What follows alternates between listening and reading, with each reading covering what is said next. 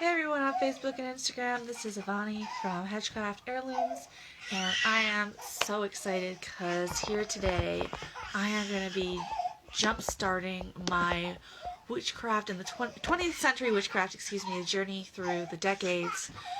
This is just the intro, but I have so much fun planned both for today and for each future episode, and this is a series that I've been wanting to do for a while, but was kind of a little overwhelmed with the idea of it.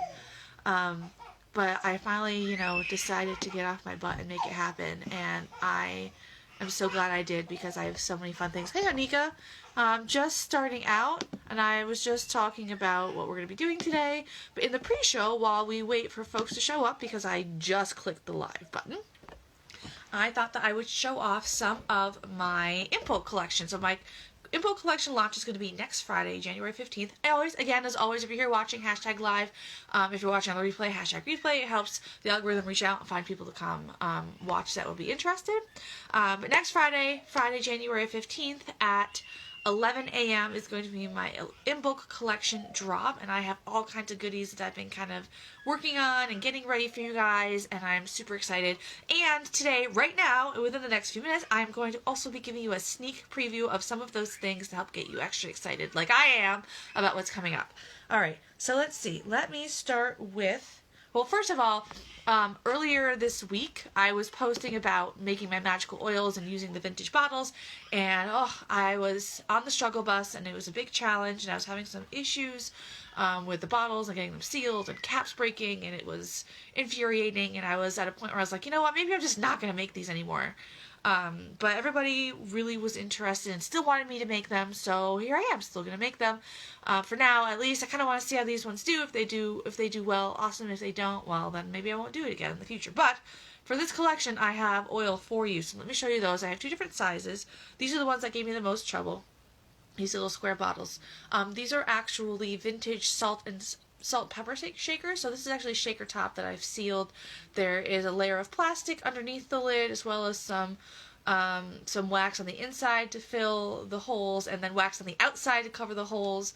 So it is pretty well sealed, like really, really sealed. Like I went super duper extra careful with this because I didn't want to risk it. After this wax is broken, it comes with a little cork that you can replace it for the top to close it with.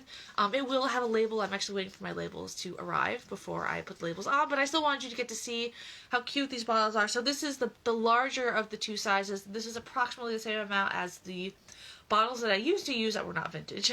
They were brand new. That was 2 drams, which I believe is like 7.5 milliliters, although I measured myself at it closer to 10, so then I'm going to say these are about like 8 to 10 milliliters estimating. And then I also have this smaller size, so these are actually vintage sample perfume bottles, which I adore, and these are about 5 milliliters, so these are about half the size. And I'm thinking that this little size here is probably going to be like 18, and these are probably going to be 28, I think.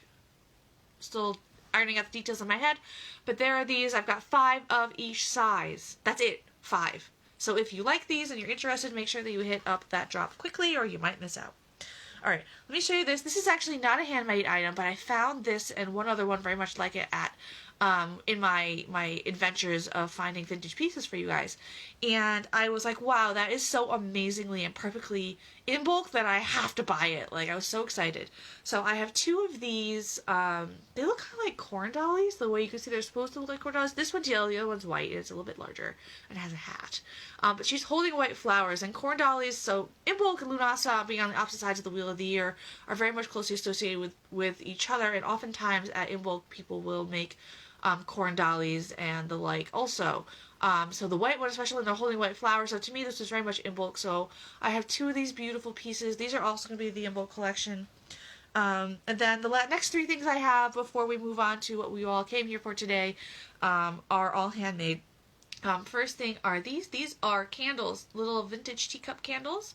So you can see here that there's these like swirling floral designs. I have 2 different types of teacups, but they both have like similar floral designs on them. And what I love about them is looking at them, it's like, is that a snowflake in the wind, or is it a flower? And I feel like for in bulk, yes, And I think that's great because to me, in bulk is all about turning the wheel of the year, melting the snow, moving from winter to spring. So to me, that felt perfect. And this red candle here. It is natural beeswax, so it has that wonderful sweet beeswax smell. And then there's this white snowflake in the middle. This white snowflake in the middle is actually also made of beeswax. So when you burn this candle in your ritual, you will literally be melting the snow and helping to turn the wheel of the year. And I love that. And you can see it comes with all kinds of cute little goodies in there. And I love the fact that the crystal also reminds me of the ice and the idea of melting the ice. So also these teacup candles. I also have 3 vintage altar cloths that are vintage linen that I hand embroidered with some in bulk designs on them. This is one of the 3. Here we go. So this is, let me scroll across the screen here. So here we have the 3 candelabra holder, and then there's these snowdrops here with the knotwork, which I love this design. I love all of them. I'm really, really biased. But this is the biggest of the 3, and probably my favorite design, but they're all beautiful, of course. This will be in the drop as well. And then the final thing that I want to show you for my sneak preview before we hop into what you all came here for is, alright, I love this. This is actually one of my vintage framed pieces of artwork, and I feel like this frame that is like so perfect. Like, I couldn't have planned it better if I tried. So this is the goddess Bridget, or Breed, depending on how you prefer to pronounce it. And this vintage, it says here made in Indonesia. It feels like actual metal, or else it's a very heavy resin type material. Of course, it doesn't really say on it. I'm trying to look at it, see if it's, I feel like it's some type of metal. It literally looks like metal. Hey, Manders and the Burbs, we are here, going to be talking about 20th century witchcraft, and right now I'm just giving you guys a sneak preview of my info collection, which is dropping on Friday.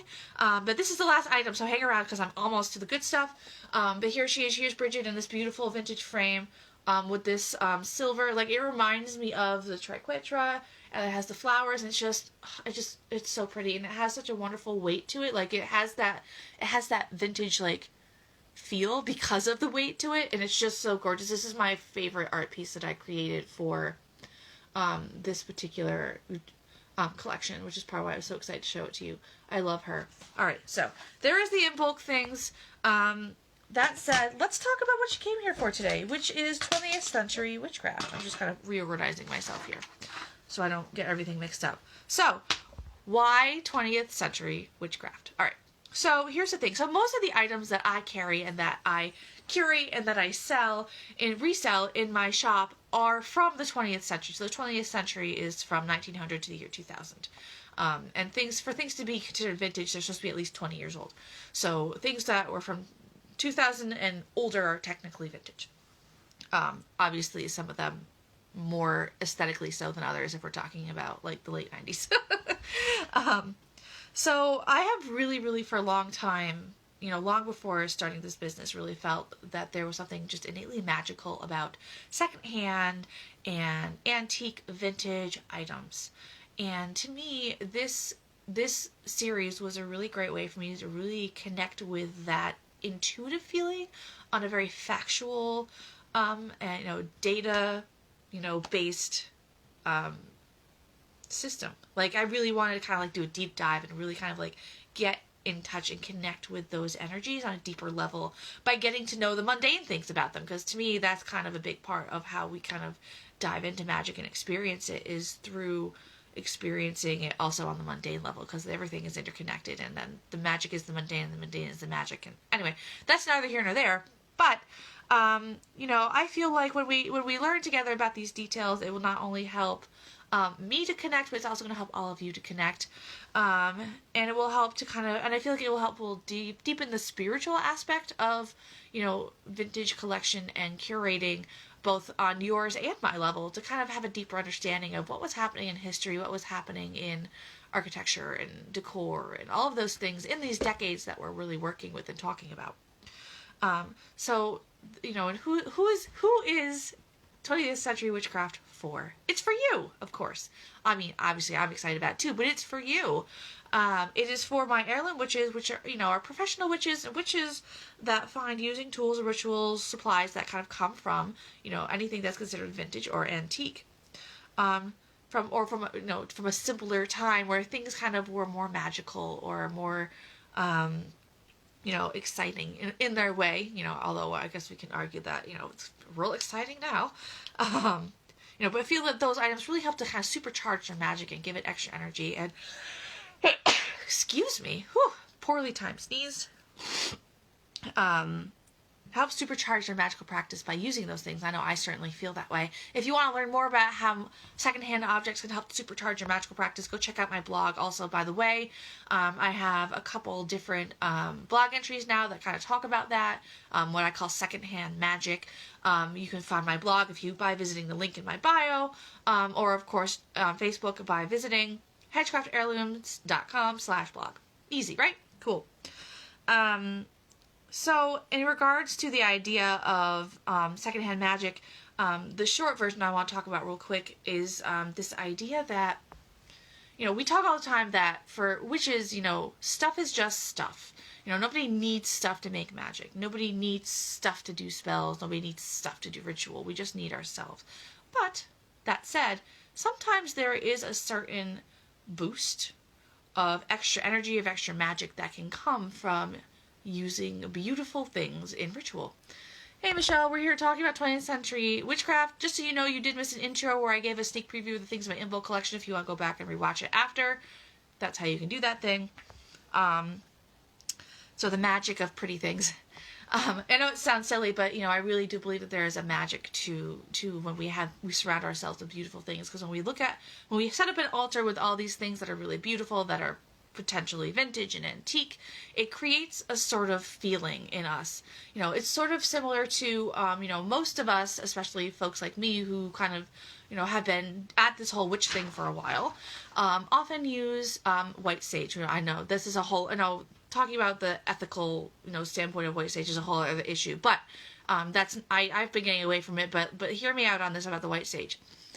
That a lot of us have kind of grown up in the craft using white sage. So it's become a trigger for us, the scent of white sage. So when you smell white sage burning, there's a part of your brain that goes, oh, we're doing magic now. And you almost immediately can kind of drop into this headspace where you're just ready.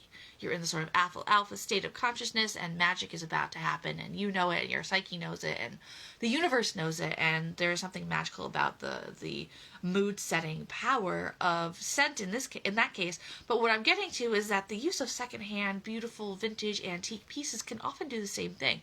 That when we have an altar of beautiful things set in front of us, it has the same effect. And that to me is the main power of vintage and antique objects to be used in witchcraft and magic. So those are the people that have that sort of intuitive feeling about using those objects. You are who this series is for. So I'm super excited. So anyway, here are some of the things that we're going to talk about in this series. Okay, Michelle, I'd be happy to see you later. If you catch me before the end, you can get a one-card reading or not. Either way, I'll catch you next week, but looking forward to see you. I look forward to seeing your comments when you join me. Again, if you're here watching, hashtag live in the comments, hashtag replay, especially if you are on Facebook, but on Instagram too. When you put that hashtag out there, it helps the algorithm reach out and find other people that might want to watch. And on Facebook in particular, it doesn't show me who's here. So when you throw in a comment that says hashtag live, it helps me know who's watching so I can say hi.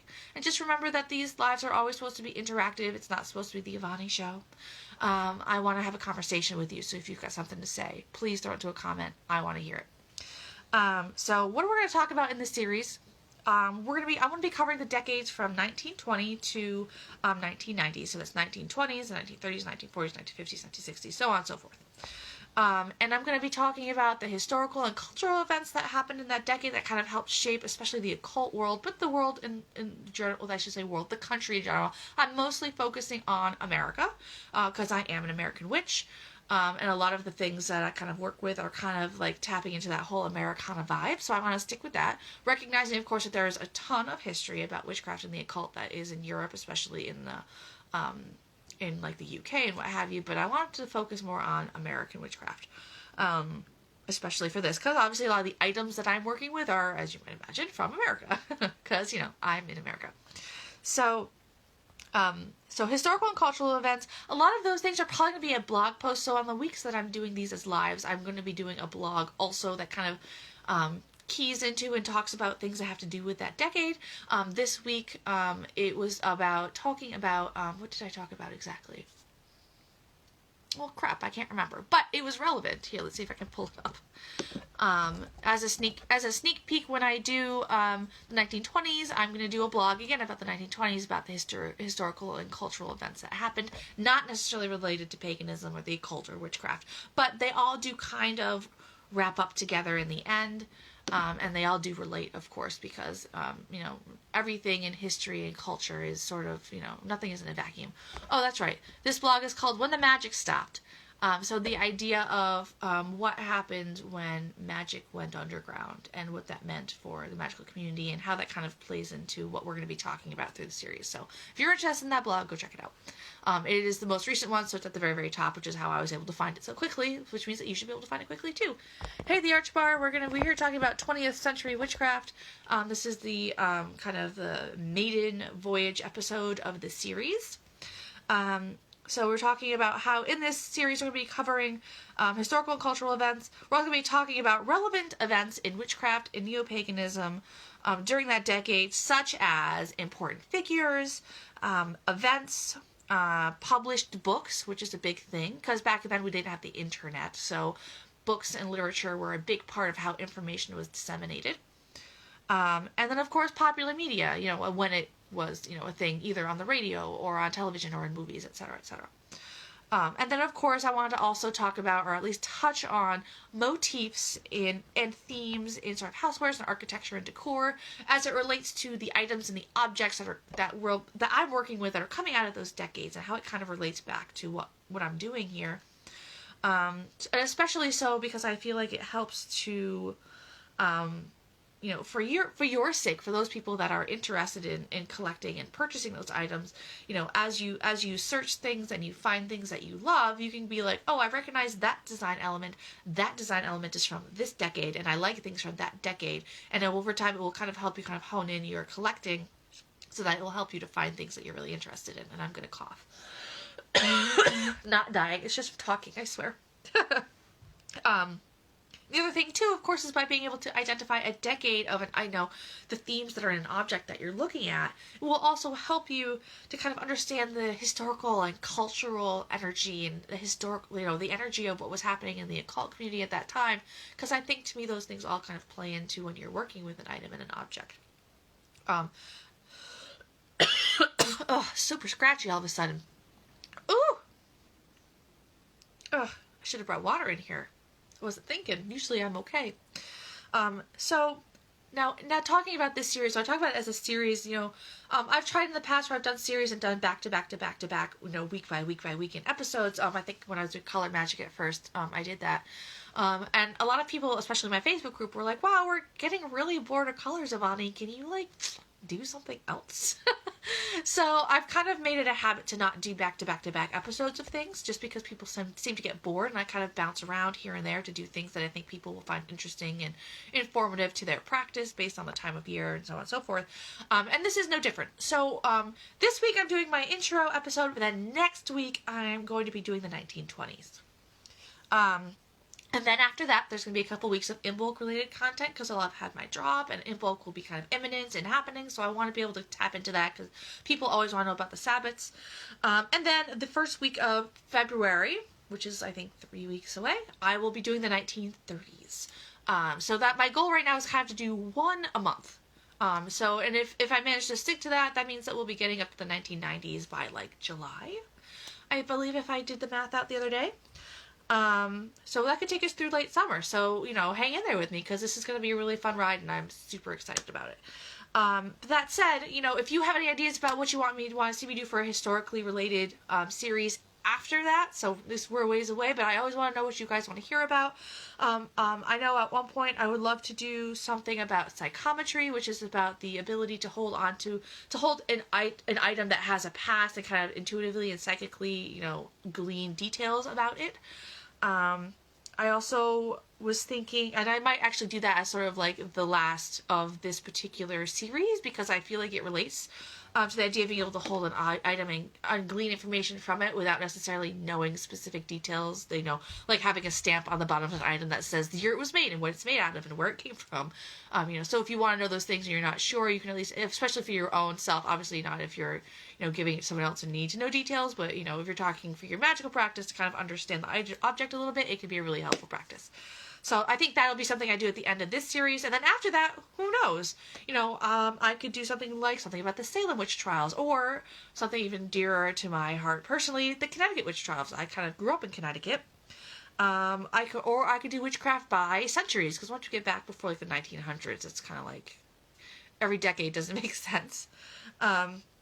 Or I could do something like I wrote this idea down earlier today, so I'm gonna throw it at you. The idea of like the history of candle making, and therefore it'll play into the history of candle magic specifically, which I think would be really neat. So let me know what you're interested. Let me know what you want to hear me talk about in the future, and series that you might be interested in hearing. I would love to know. So hit me up in the comments if you have an idea. I will pin it onto my list that I have in my phone and that I keep for myself when because like I walk around, I'll be like, ooh, that's a really great idea, and I'll just write it down really quick. So if you have one, let me know. I'd love to write it down. So yeah, that's what I have. That is our introduction to 20th century witchcraft. Catch me next week for the 1920s. But now we've reached the end of our video, and those of you that have been brave and strong enough. Oh, hey, Vivica, I'm glad you're here. I'm sorry, I just realized I'm on another tab. I didn't see you there. What was I going to say? Oh, so if you've been here and you've been watching this long, guess what? You're in for a special treat, because at the very end of all my Friday lives, I do two things. First thing I'm going to do for you is a curated live sale. 5 items from my shop that are currently not for sale, but you, the live viewer, can get a sale price on because you're here, which means that you're special to me. I'm just pulling up my Etsy shop because I'm terrible at remembering what my prices are, so I'm not stumbling over myself. Let's see. So the first thing I want to show you is, well, actually, let me backtrack, because I have 2 things I want to show you that are not officially for sale, but I'm showing you because, and the second thing we're going to do at the end, 6 1-card readings for the first people that claim them, if there are that many. Maximum 6, how about that? So at the end, we'll also do that too, if people are interested. So the first thing I'm going to show you that's not officially for sale, both of these things I'm showing you because they are the last of their kind that I currently have in my shop. Hi, Megan. Megan's here. I think she's telling me that she wants to hear about castles and dragons. I'm going to have to think about how I can put that into a series. I'm going to have to percolate on that one. So the first thing I want to show you is I'm actually wearing one, and I'm holding the last one in my hand, and that's these antique Key to the Past necklaces. These dropped in my shop last week, and I have one left. So the cool thing about these, of course, they have an antique key on them. They are strung on this chocolate brown vintage ribbon that I purchased with these lovely antique brass finding and clasp on it. And the story about these is that these keys have been blessed 3 times. The first time they were blessed was at the memorial for Alice Young in Windsor, Connecticut, which is where she lived, who was the first woman accused of witchcraft in America in like 45 years before the Salem witchcraft trials, which are far more well known. So the first accused witch in America, I asked her to bless this key, and I left a key with her, so she asked for it, so to speak. So I left it there, the idea being it felt to me that, it was a connection to all the rest of the keys. So this key has been blessed by Alice Young, or I have asked Alice Young to bless it, and I assume it has been. And then I brought the key to the site in Hartford, Connecticut, where the witchcraft hangings generally took place. Not all of them, but a great many of them. And I put these keys on the ground, in the dirt, on the grass, and I asked those witches to bless them as well. And then, at the last full moon, Cancer full moon, I believe it was, I asked my ancestors, especially those that had a proclivity for witchcraft and fortune-telling, to bless these keys, and I also asked the goddess to bless these keys. So they have been blessed 3, debatably 4 times. And the whole point of these keys is to help you connect to your ancestors and connect to the witches who have gone before us. So Antique Key of the Past. These are $20 a pop plus shipping. This is the last one. So if you've been thinking about getting one and you just haven't done it yet, I gotta tell you, you're running out of opportunities, so let me know now. I will save it for you, and I will get it to you. If you want it, let me know. The second thing that I have only one of left, so these are actually really popular in general, is one of these Candle Scribe picks. They actually originally were used as nut picks. I don't know how you'd actually use it to pick nuts, but that's what the original intended use for this object is. But it is the perfect size and shape and, feel in the hand for carving candles in candle magic. They tend to be really popular. This is the last one I have in this design. Of course, I have more incoming, but this is the last one that looks like this that I have available. These Candle Scribes are $22 each plus shipping. If you're interested in grabbing this last one, let me know. It is here waiting for you. All right. Now, that said, let me show you the 5 actual curated items I have that are on sale. Right? On sale. That means cheap and for you. So, let's see. The first thing I want to show you is these. So, I have a few of these sets kicking around. This is a creamer and sugar bowl set made of sterling silver. It is stamped on the bottom. E. Sheffield Silver, made in the USA. Well, that's kind of cool. There might have been something else on there that 60X. Let's see. 60X EPC. Well, I'm not sure what the EPC stands for, but here they are. I don't know how well you guys can see this on camera, but this has a really beautiful patina to it. I know you're getting a lot of the reflections, but it has this sort of blue tinge and this beautiful coloration to it. These are wonderful to use as salt and water dishes on an altar. They're one of my favorite things to use. I just think they're gorgeous. So water in the creamer and then salt in the sugar bowl. These currently are, did I open? Oh, hold on. These currently are, drum roll, please, currently are $32, and apparently it's in 2 people's carts on my Etsy right now, which means that they could go at any time. $32. If you're interested in them right now, I'm willing to let these guys go for $24, which is like a steal.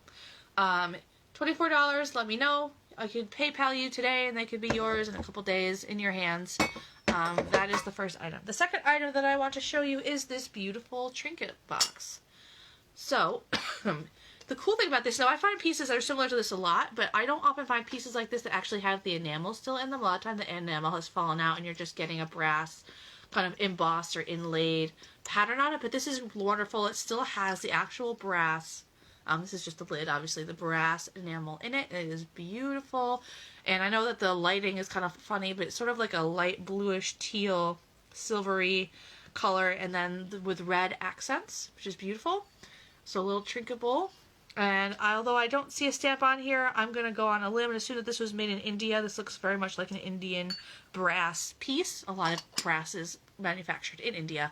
This was listed at $28. I will let this go for $20 today, plus shipping. So if you're interested in this really, really beautiful trinket bowl, let me know. Alright, 3 more. Alright, this is a spell tray. You can see it has this really beautiful engraved floral pattern on it. I think that these trays are really fantastic for, again, doing candle spells. Especially if you're looking for a surface that's safe to put a candle on that you're afraid it might drip. These are way easier to clean than, say, an altar cloth. So a great tray for candle spells. This tray is currently listed at $28. Again, I'm willing to let this one go for $18. So if you're looking for, and Michelle, if you're here watching because you were here earlier, if you like any of these things, let me know and I will hook you up. Let it go for $18 plus shipping, which is a steal. It is such a pretty piece. And it has a little bit of, again, hard to see, it has a little bit of a patina on it here too. And I just noticed it has like these seashell designs right here. So this has real Aphrodite vibes for me. And the flowers are always representative of new life and growth. And there's a fish scale patterns in here. Yeah, so you have a lot of watery a lot of very watery, earthy design elements in here, which is really beautiful. So $18, and it's yours. Excuse me again. 2 more, and then we'll jump into those tarot card readings if anybody is interested. Let's see, let me check on Facebook, because I keep switching tabs. Alright, then my fourth item I have here is Oh Hey the Peace Fire, which I was actually just did my whole live on 20th Century Witchcraft. Please go back and rewatch. It's the introductory episode to the series that I'm going to be doing, and I'm really excited about sharing all of what I have with you guys, so go back and rewatch. At the very, very beginning of the episode, I did a sneak preview of my Imbolc collection that's dropping a week from today. And now I'm doing a live sale, which I do at the end of all my lives, so anybody who's here watching gets a special discount on these things. So I have 2 items left. This is one. This is a little tiny, you can see it has these great little paw feet cauldron. This one right now is, and apparently it's also in 2 people's cards on Etsy. It is quite lovely. This is currently, does it say, it doesn't have a stamp on the bottom. It is currently listed in my shop for $24. If you're interested in it, I will let this little guy go today for $18. So if you're interested, let me know. I will send you a PayPal invoice, plus the shipping, of course. So that's a beautiful piece. Brass there's a lot of brass. Brass is associated with the element of fire and protection and abundance and other things. Alright, the final thing I'm going to show you is a trivet. So, cool story about this trivet. When I bought it, it was actually a set of 2. I kept one for myself. So, if you buy this, that means you'll have the one that matches mine. It is a trivet. But, unlike a lot of the ones that I carry, it is not made of cast iron or brass. It is made of wood. Although it does admittedly have some brass inlay in here. Just a little bit for accent purposes. I just think that this is such a beautiful piece. You can see these little round feet. And the maple leaves and this honeycomb pattern in it. Oh, I think it's the most beautiful thing. I use these trivets, usually I'll put a cauldron on it or something that's hot. The idea is that it keeps it up and off of your table surface so there's no heat damage. This is listed at $22. If you are interested in this today, I'm actually going to let this one go for like $14. 14 from 22. That's like dirt cheap. So if you're interested, let me know. I would love to send the matching trivet to someone else who will love it as much as I love mine. And real quick, Peace Fire Witch, because you're here, and in case you want to see them, I'll show you the first 3 items that you missed. There's this beautiful spell tray, which is wonderful for doing candle magic on, because if there's wax that drips on it, it's super easy to clean. It is silver plated, and it says, I can't make out what that says, but in any case, it is beautiful, and it is silver plate. This was originally listed on my website at $28. I'm letting it go for $20 plus shipping today, so if you're interested in that one, let me know. I also showed off this beautiful enameled brass trinket bowl. It was originally listed at $20 also, I think. Hold on, let me go back to see that. Also listed at $28, also letting go for $20 today, so if you're interested in that, let me know. This is great because this enamel is often worn out of these pieces, so it's kind of rare to find them that intact. And then the final thing that you missed is this beautiful creamer and sugar bowl set, which are great as salt and water dishes on an altar. And they have it's hard to see on camera, but it has a really beautiful patina to it too. These were originally $32, and I think I said right now I was letting this go for $28. 24, 26. I'll say 24. If you're interested in it for 24, I'm giving it away for 24 plus shipping, which is also wonderful. And if you've been paying attention to my shop, just know that I only have 1 antique key to the past. The tray is sold. Yay! Tray sold. It is yours, and I have some things to package up too, so it could go out real soon. So I only have 1 antique key to the past. You've been eyeing that in my store forever. Awesome. That's exactly what these sales are for. That's exactly why I do them, because I want people like you to be able to catch stuff like that. If there's ever an item like that in the future that you're like, wow, I really love that, let me know. And especially if you haven't already, join my email list, because I'm constantly asking people like, hey, what items do you want to see in my curated sale? Because I totally want to give you guys stuff like that and give you the things that you want to see in these curated live sales. So always let me know. If you're like, oh, I really love that, I hope you put that in one of your live sales soon, I might just do it. And the last thing, I only have 1 left of, in case you're interested in it, are these candle scribe picks. This is the last one I have. I have more incoming, but none of them, I don't know if I'll ever find ones that look exactly like this one ever again. Every time I get them, they're always a little bit different. This is the last one. Excuse me, not dying. Just been talking a lot. 1 left. These are 22 each. And the keys are 20, in case you're curious. So, that said, let me get back to Facebook because, alright, cool. I just want to make sure I didn't miss any comments. I was on the wrong tab. That said, if there anybody present, oh, hey Mischief Masks, I'm actually just wrapping up a live stream where I was talking about 20th century witchcraft. I did a little preview of my info collection at the beginning, and then I just did a little curated live sale. But you just missed all that. At the very, very end where we are now, which I was just about to tell everybody, is that I am going to be offering a minimum of up to 6 one-card readings for the first people that claim them. So if you would like a one-card reading, the time to chime in is now. I'm going to start shuffling, and if I hear from you, because there is a little bit of a delay, excuse me, I will pull a card, and I will stop when you say me, me, me, me. Alright, and I've got at least 2 people here, I think, on Facebook, and a couple people. Oh, hey Aubrey, we were actually just talking about 20th century witchcraft. I'm actually just wrapping up, so feel free to go back and rewatch this after it gets posted into my feed. At the very, very beginning here, I did a sneak preview of some of the items that are going to be in my in bulk drop next Friday. And then I just did a little live sale of a few items that are in my shop right now. Alright, so I've got, and then right now I'm doing 1-card readings. So, up to 6, and I've got 2 people that have claimed them, so there's 4 spots left.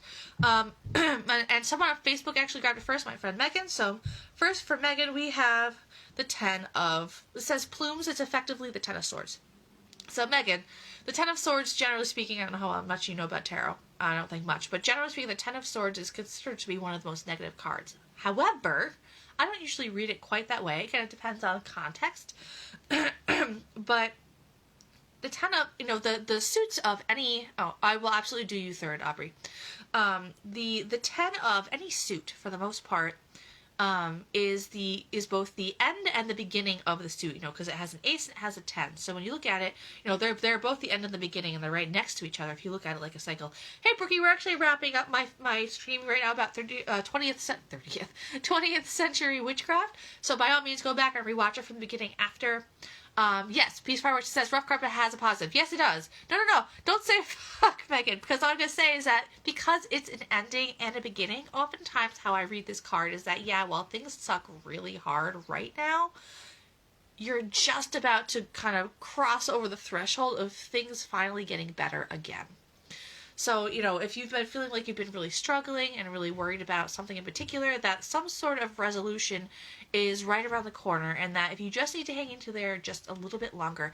I was there when Megan had a baby like a year ago. I don't know if you remember when I said this to you, Megan, but I often tell pregnant moms and laboring moms that, especially those that are trying to avoid intervention and medication as much as possible, that, just remember that when you feel like you can't do it anymore, you're almost there.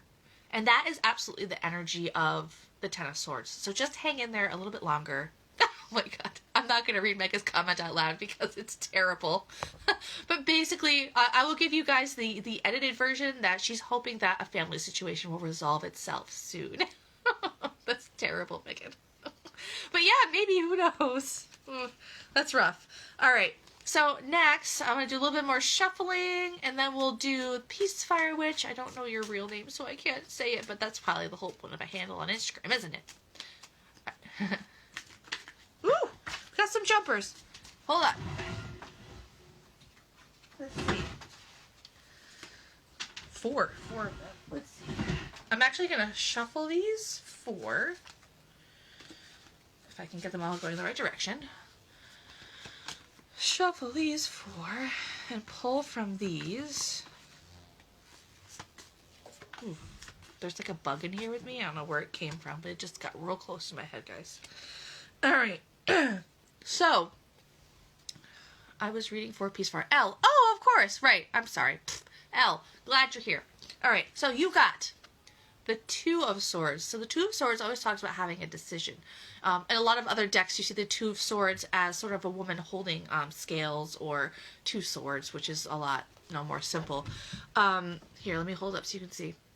So the cool thing, one of the things that kind of standing out to me that I was just about to mention in that is that in most, there we go, try to get that to not have a glare. In most 2 of Swords, you'll get this lemon skate or infinity symbol in it. So this symbol, when you see it in a tarot card, actually represents connection to the divine. So what I'm getting from this card mostly is that even though you're feeling like you're in the dark right now, that you have, you're feeling kind of like like you're sitting on a fence and you don't know what side that you need to jump onto right now, that if you kind of can connect into your higher self, into the universe, into deity, whatever energies that you prefer to work with, that you need to follow your intuition, and you follow your, I'm getting this very sort of visceral feeling, you know, of like following your gut, you know, letting your gut literally guide you. Like, you know, if you feel literally physically pulled in a direction, like that's where you need to go. Even if you're feeling like in every other way that, you know, you shouldn't do that thing, or everybody else is saying don't do it, that, you know, whatever your gut tells you is the right way to go. So don't be afraid to follow your gut. It will help. It will not lead you astray, especially in this particular situation that you're in. All right, so now we're going to do Aubrey. Brooke, if you would, Brooke, if you're still here and you want a one card, let me know. All right, Aubrey. Elle says spot on. Wonderful. I hope that helped. Aubrey, you got the 8 of Swords. Lots of swords today, which is interesting. 8 of Plumes. Maybe it's not swords. Is it wands? No, it was definitely swords. This is an interesting choice for the 8 of Swords. I don't know if I've ever gotten this card with this deck before, but the 8 of Swords usually talks about the idea of trapping yourself in a situation, or maybe there's a better way of describing it. Let me just tell you what the usual Rider Waite imagery is. Usually you have an image of a woman who's blindfolded and her hands are often tied, but she's surrounded by swords. So I always look at it as, you know, she could easily walk, if she could take her blindfold off and walk over and just cut her hands, she could escape. You know, so the idea is that, you know, you are being trapped by your own thoughts, being trapped by your own beliefs, and that if you can just take that extra step in the right direction, that you will not be trapped anymore. So there's always this kind of sensation and feeling of intentionally trapping oneself, usually for the sake of your own comfort. And I think all of us have a tendency to do that, where, you know, if we're in a situation, I feel like relationships are a great example. You know, if you've been in a long-term relationship and you're like not really happy, you're like, well, I could stick it out, which would, you know, is comfortable and safe, or I could try to move along and find something better. What do most people do? Most people stick around, you know, because they feel like they can't do better, or they don't want to do the work that's involved in finding something better. And 8 of Swords is basically saying, you know, ooh, gosh, go away. Said bug is way too close for my comfort. This is really saying that it's going to be really important for you to take that step outside your comfort zone, because that's really what is going to be the push that kind of sends you down the path you need to be to find success and happiness. So don't be afraid to step outside your comfort zone. Don't be afraid to break out of your own difficult situations, even, you know, or even in a situation where someone, you know, you're feeling like, oh, well, if I do this thing, then people are going to look at me like I'm, you know, too pushy or too bossy or too anything. The cards are saying that, you know, step past that, because that's where all the good stuff is. So, all right. I think that's everybody. So that's all I have for you guys today. I hope that you all have a wonderful weekend.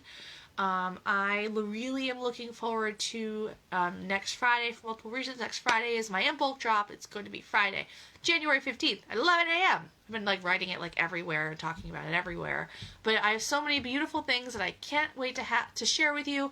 I have a lot of candle holders. You know, Candlemas or in-bulk is also called Candlemas. You know, people, you know, burn a lot of candles on this holiday, so I figured let's do candle holders mostly. So there's gonna be lots of candle holders, and of course a lot of handmade, vintage, upcycled, antique, beautiful pieces that I can't wait to share.